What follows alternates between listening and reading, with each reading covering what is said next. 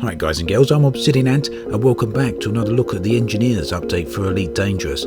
As you know, this is the beta and I decided I'd have a look at the mission board very quickly before heading on and getting involved with the Engineers. There was one bit of a hiccup though. You can see what's happened straight here. As I've modified my UI, it's had an impact on the portraits. They all look like little blue aliens. So I've had to return to the default colours for the UI where everything is working perfectly. So for the missions, you can see that each of the mission givers here has the details regarding them and their faction. Tells us about their affiliation, their current state, recovering states, pending states, system influence, which looks to be quite large here, as well as my current standing with them. So as we look at each particular mission, we get some details regarding that mission. So here they need me to mine 14 units of osmium. Shouldn't take too long doing something like that, and it tells me what requirements are needed: mining, laser and refinery, and where I need to take the items. So there's much more information here now for this than what there was previously, and for new players that's going to be quite a big bonus. Missions also no longer require a rank. They do have a rank, but that rank doesn't gate the mission, it doesn't lock it away. It's rather an indication of how difficult that mission is going to be. But the downside is that most of these missions don't seem to have too much in the way of rewards, but that simply could be because they're all low ranking missions at the moment that I've found around here. But this is a really good change overall. It gives a lot more variation to the mission board. It's a mission board now, no longer a bulletin board, and it gives hopefully a bit of variation in mission types. So here on the status panel is our access to engineers. This is a list of known engineers. These are the ones that I've currently got available to me. Now, not all of them are available in beta. Frontier have hidden a lot of them away that they don't want revealed until further into the game, or until the game's actual release. The ones with a padlock over them I can't access yet because I don't meet the requirements, but there are 3 here I can go to straight away. You can see there that I've been invited to go and meet with them. Now down below there's a log, and right here there's a donate thing. This is what I need to donate to them in order to get them to craft for me. Now later on this will be something that'll be a bit harder to get. It may be a unique or special item, but for purpose of a beta, Frontier have enabled it just to be fish, which is obviously very easy to get to. So there in the log it's told me where I've learnt about the engineer, which is public knowledge, and it's also told me what requirements I've met in order to access them. There it says you've gained access to Todd the Blaster McQuinn because you earned more than 5 bounty vouchers. But he also wants me to hand in 1,000 credits worth of bounty vouchers before he'll even consider crafting for me. Now you can access the engineer's location through the galaxy map, but I'm not going to be able to get there in this clip. The jump range is a little bit too low and I haven't got an ASP of that nearby, so whilst the prices are fairly low out here now on beta, then there's a 90% discount on everything. I'm going to buy an ASP here and equip it, and that will allow me to show you the new outfitting screen as well whilst we're at it. Now I won't go into too much depth on the outfitting screen because I want this video just to be about introduction to the engineers and how to find them. I won't yet also be going into too much detail on what we do precisely with the engineers, and that will be in another video, but this way I can get out as many videos as possible to you. So here you can see the outfitting screen is completely different. We used to have 4 categories, but now we've got 5. They've separated out core internal modules and optional internal modules. Core internals are things like this: your power plant, your thrusters, your frameshift drive. Optional ones are things like your shield and your discovery scanners.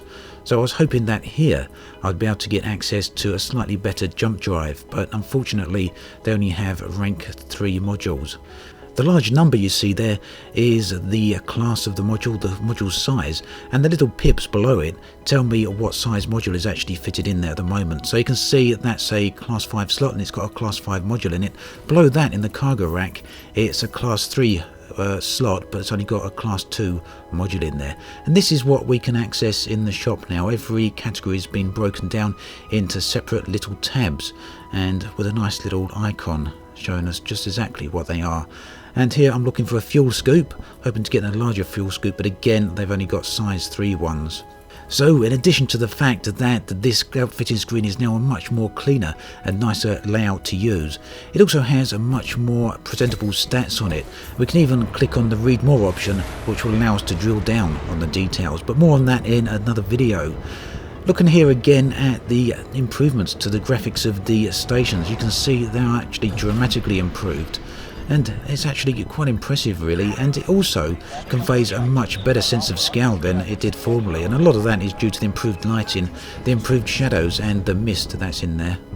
Now unfortunately the asp was no good, so I got back in my Imperial Clipper here to go and retrieve my old asp. Now look at this, keep an eye on the slot there, there's no more pop-in for the station's interior, something that had been a problem for a very long time and has finally been fixed.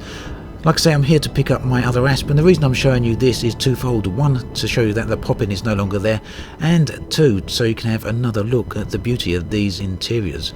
I really do feel that it's an absolutely massive improvement. So what I needed to do next was go here and get a little bit of fish for the engineer, and I happened to come across an Earth-like planet here. Again, it allows us to see some of the improved graphics that have gone into the game. The terrain there is much higher resolution, and there's also some nice reflection on the water there. So then, all engineers have requirements that need to be met in order to unlock their crafting ability. They won't craft for you until you do that, and at least in this case it's fairly simple, just a few ton of fish, or 1 ton in this case. I think the other engineer needed 3 tons. Now the reason I chose the particular engineer I went to this time is that they have the ability to upgrade FSD drives.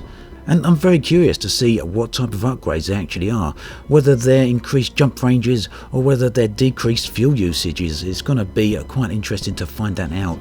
Another nice little look at another station interior there while I'm talking.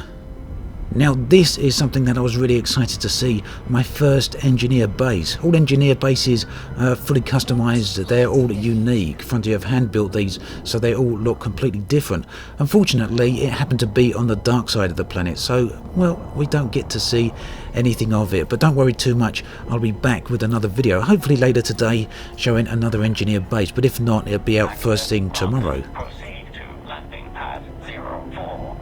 So the voices there that you heard, that is a traffic control system, and for engineers it's all fully automated, whereas when you come into the star bases and into the space stations, you're greeted with a human voice. They like to have the human touch. The landing pad is also different here, not just a different colour, but the material it's made up from is also different. As you've been travelling around, probably if you've had Horizons, you'll have noticed that many of the outposts, many of the settlements all use a very similar or the same modules. That's not the case with the engineers. They've all got a whole bunch of new buildings there. And in addition to that, the interior of the hangar base is also very different here. So slowly but surely, Frontier are increasing the variety within the game. They're adding on it, they're expanding on it, and they're overall fleshing it out. Look at the lens flare there, that's actually made a return. We used to have that once long ago and it was removed, so another nice little graphical touch. And you can see here again just how different the engineers' bases are. Down here embedded in rock, and these could probably be used as asteroid bases later on. I won't be too surprised to see if they're not too far around the corner. Very different lighting in here as well, just look how bright it lights up my dashboard. Before we head on in there and talk to the engineer though, I'll give you a quick external look at the hangar bay here. And again you can see the new improvements to the materials on the ships. Okay then, obviously when I access the engineers at this point, I'm not going to have the required components in order to craft the particular modules that they are able to craft for me, but I will be able to have a look at what they are capable of making and perhaps choose which one we can go for. So Felicity Farseer is a legendary explorer who engineered her own improvements to her ASP Explorer earlier on in her career. She is willing to share some of that knowledge with fellow explorers and also operates an extensive training program for technicians and mechanics. So we just donate a bit of fish to her. The older fish lady likes a bit of fish. And then we can see what modules we've got. So grade 1 access, we can go up to grade 5 access on some of these, I believe. The higher the grade, the better the quality. And we can see here what improvements she's actually capable of making. I'm not sure what other is, well, I guess we won't know until we actually click on that. And she can also do shield boosters, there's another other, and she can also make improvements to power plants, as well as thrusters then, so I guess that is what other was. So, dirty drive tuning gives an optimal multiplier of 4%, whatever that actually means, but we can see here what effect that has on the thermal load, what effect it has on the power draw, integrity and optimal mass. Let's have a look at some of the other modules here. FSD interdictors, It looks like we can go up to class 8, but obviously I don't have that class, or maybe she's not capable of modifying that class, which is why it's red. I'm not convinced that there's not some type of bug there actually, because those modifiers seem to be the same as the previous ones. Anyway, let's get on and see if we can find the FSD modifications that this lady offers. Here we go. Alright, so that's our class 5 FSD, and we want to see if she can improve it. So we can get a faster FSD boot sequence. Optimal multiplier 4%. So these again are the same stats as what we saw just now. Like I say, I highly suspect that this is some type of bug.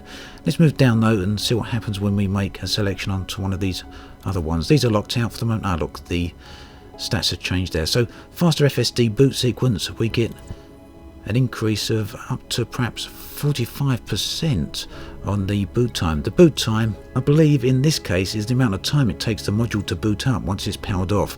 But it could also mean the time it takes to charge up before it actually activates. It'd be nice if it is actually that, wouldn't it? Being able to decrease that time, that would save a lot of time for explorers. And we can increase FSD range. What do we get? Right, 10%, 14%, 19%, and the maximum is 25%. Okay, nice.